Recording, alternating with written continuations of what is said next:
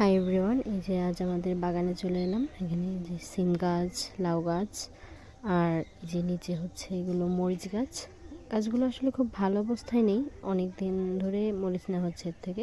পেকে গেছে মরিচগুলো, এই যে দেখতে পাচ্ছেন মরে যাচ্ছে গাছগুলো।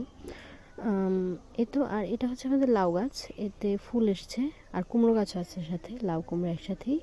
আর আজকে বেসিক্যালি এই পুঁই শাকের বীজগুলো নিতে এসেছি। পুঁই বীজ আপনারা কি বলেন আমি জানি না, এগুলো আলু দিয়ে চচ্চড়ি করলে বেশ লাগে খেতে, তো এগুলো আজকে নিয়ে যাব।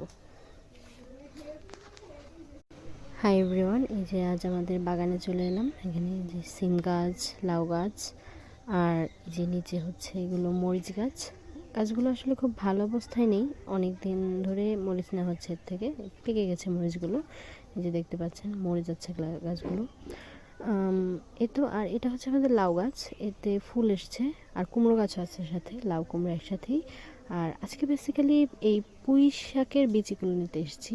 পুঁই বীজ আপনারা কি বলেন আমি জানি না, এগুলো আলু দিয়ে চচ্চড়ি করলে বেশ লাগে খেতে, তো এগুলো